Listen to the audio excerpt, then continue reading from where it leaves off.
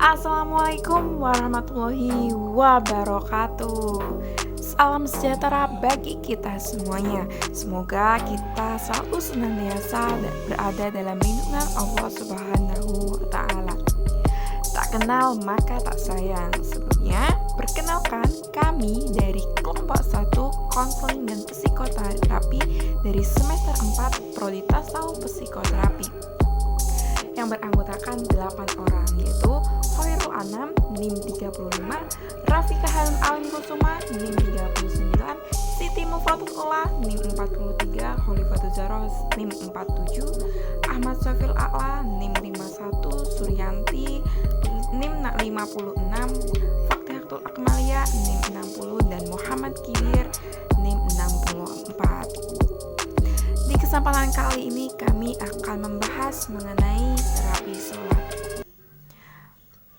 Yang kami bahas yaitu pertama mengenai bagaimana pengertian dari terapi sholat. Yang kedua yaitu sholat bahagia sebagai bentuk terapi, dan yang ketiga adalah apa manfaat dari terapi sholat. Mari kita bahas mengenai yang pertama. Yang pertama yaitu pengertian terapi sholat. Apa sih pengertian terapi sholat itu? Udah pada tahu belum?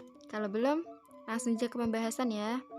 Di sini, menurut Kamus Lengkap Psikologi, terapi adalah suatu perlakuan dan pengobatan yang ditunjukkan kepada penyembuhan suatu kondisi patologis. Terapi juga dapat diartikan sebagai suatu jenis pengobatan penyakit dengan kekuatan batin atau rohani. Lalu mengenai sholat sendiri yaitu salah satu sarana komunikasi antara hamba dengan Tuhannya sebagai bentuk ibadah yang di dalamnya merupakan amalan yang tersusun dari beberapa perkataan dan perbuatan yang dimulai dengan takbiratul ihram dan diakhiri dengan salam. Lalu dapat disimpulkan bahwa terapi sholat yaitu penyembuhan, pengobatan, atau perawatan terapi kejiwaan, terapi mental, atau terapi pikiran dengan menggunakan terapi sholat yang merupakan ibadah wajib dilakukan oleh umat Islam setiap harinya. Seterusnya yaitu hubungan manusia dengan Tuhan. Hubungan seseorang dengan Tuhannya ketika sholat akan menghasilkan kekuatan spiritual yang sangat besar yang memberikan pengaruh pada perubahan penting dalam fisik dan psikisnya. Kekuatan spiritual ini seringkali menghilangkan stres, menyingkirkan kelemahan, dan menyembuhkan berbagai penyakit. Menurut pengalaman Ibnu Sina, sehingga menyimpulkan bahwa sholat tidak hanya bernilai ibadah semata, tetapi sholat juga dapat menjadi terapi bagi orang-orang yang mengalami kesulitan dalam hidup. Oleh karena itu, Allah Subhanahu wa Ta'ala berfirman, "Jadikanlah sabar dan sholat sebagai penolong, dan sesungguhnya yang demikian itu sungguh berat, kecuali bagi orang-orang yang khusyuk." Orang kesulitan dalam memperoleh rezeki dapat melaksanakan sholat duha terus-menerus agar diberi kemudahan memperoleh rezeki. Sholat duha itu adalah sunnah yang dilakukan seorang muslim ketika waktu duha.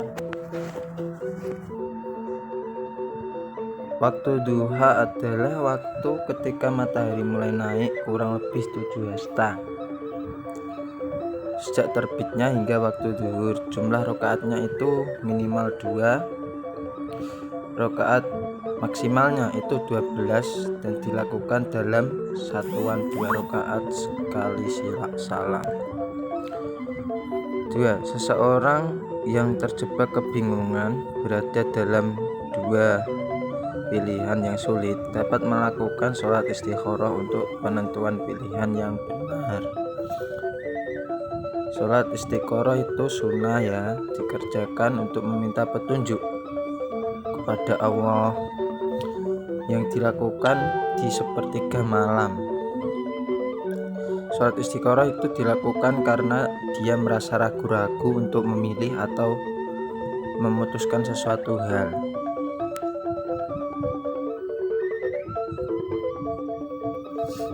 3.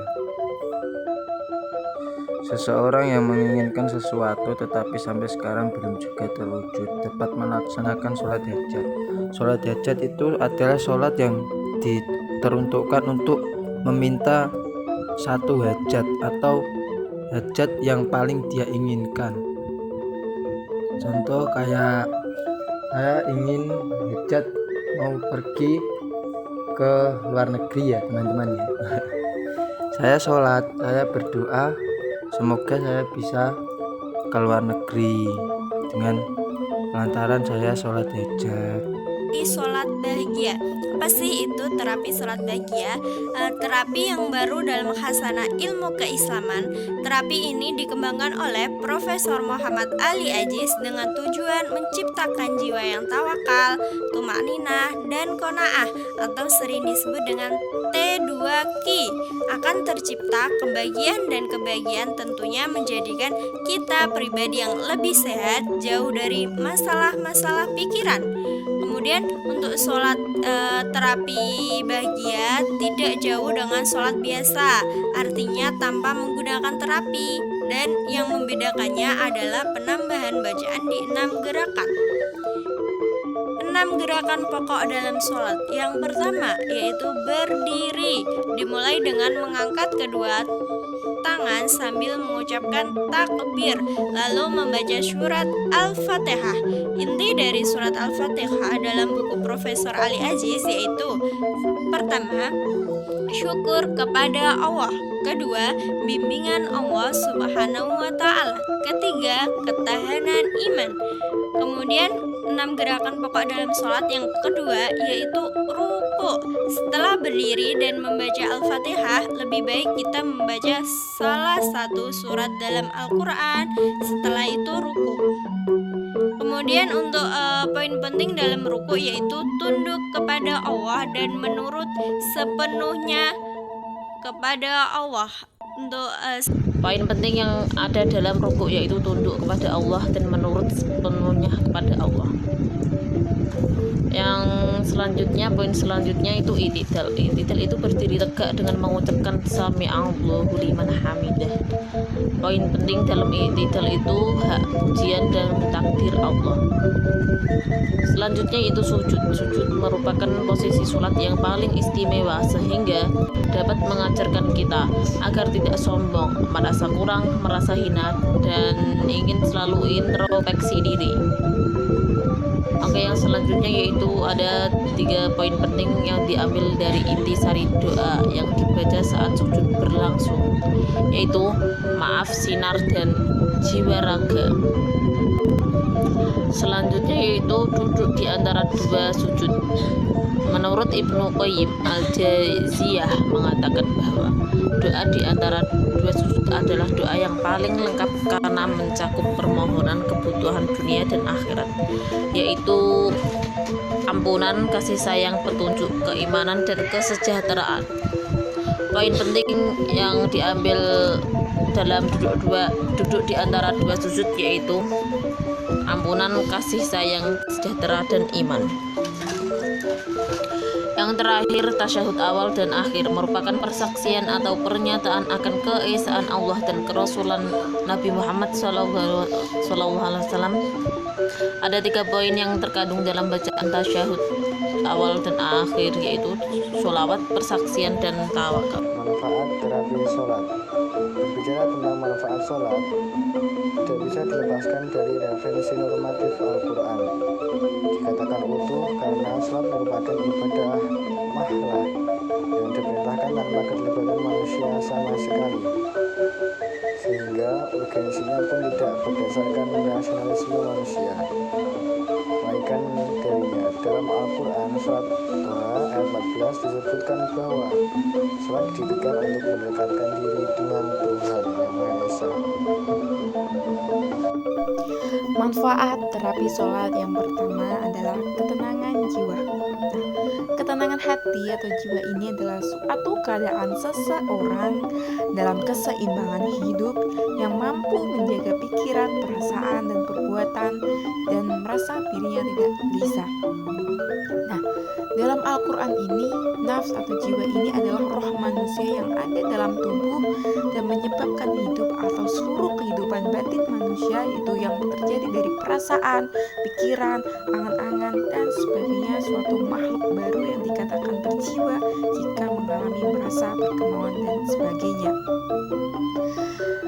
Dan dengan adanya terapi sholat ini akan memberikan dampak positif bagi tubuh, baik fisik maupun psikis kita, dan itu akan memberikan dampak yang baik bagi hidup kita maupun kesehatan kita. Menurut Kiai Ali Al-Yusman dan kawan-kawan, ada 4 jenis nafsu yang harus dikendalikan, yaitu nafsu ammarah bisu, yaitu nafsu yang mendorong manusia untuk berbuat dosa dan kejahatan. Yang kedua adalah nafsu lawamah, yaitu nafsu dengan jiwa yang amat menyesali diri. Yang ketiga adalah nafsu sawamah, yaitu nafsu yang seringkali menggambarkan dan menghiaskan sesuatu yang maksiat. Dan yang keempat adalah nafsu mulhamah, yaitu nafsu yang mendorong tingkah laku kekafiran dan kedurakan atau ketakwaan. Dan manfaat terapi sholat yang kedua adalah tawakal. Tawakal ini harus disertai dengan ikhtiar. Tidak disebut tawakal jika terjun bebas tanpa disertai usaha. Namun yang perlu diingat yaitu meskipun kita diperintahkan ikhtiar, tidak boleh bertawakal pada ikhtiar tersebut. Nah, maksudnya di sini yaitu karena bukan ikhtiar sebagai satu-satunya yang menyebabkan terjadinya sesuatu. Jika sesuatu yang diinginkan, dicintai, dan diridhai Allah, maka dia akan mendapatkan kesudahan yang teruji. Seorang yang selalu tawakal hanya kepada Allah Subhanahu wa Ta'ala akan selalu merasakan ketenangan dan ketentraman, dan akan terhindar dari rasa takut akan kegagalan. Dia akan melanjutkan materi manfaat terapi sholat yang nomor 3, yaitu nilai kebersamaan. Yaitu salah satu kesempurnaan sholat adalah dilakukan berjamaah, dan lebih utama bila dilakukan di masjid. Masjid bukan hanya sebagai pusat aktivitas beragama dalam arti sempit, namun sebagai pusat aktivitas kegiatan umat. Sehingga sholat di masjid ini mengandung unsur terapi lingkungan. Melakukan sholat berjamaah di masjid atau mushola diharapkan akan menjadi terapi dengan mengalihkan perhatian seseorang dari kesibukan yang sudah menyita segala energi yang ada dalam diri seseorang, dan kadang-kadang sebagai penyebab stres. Aspek kebersamaan pada sholat berjamaah ini mempunyai nilai terapeutik, dapat menghindarkan seseorang dari rasa terisolir, terpencil, tidak bergabung dalam kelompok, tidak diterima ataupun dilupakan. Itulah pemaparan dari kelompok kami. Sebagai penutup, Sujiwo Tejo mengatakan menghina Tuhan tidak hanya kita harus menginjak-injak Al-Quran, menginjak-injak Injil, memain-mainkan nama Nabi, tapi besok kita khawatir tidak bisa makan, kita khawatir tidak punya jodoh, itu sudah menghina Tuhan. Artinya kita nggak percaya bahwa semuanya sudah diatur oleh Tuhan. Mungkin kita tidak bisa mengubah takdir, tapi bisa mengubah cara pandang kita. Sekian dari kelompok kami, kurang lebihnya mohon dimaafkan. Wassalamualaikum warahmatullahi wabarakatuh. Thank you.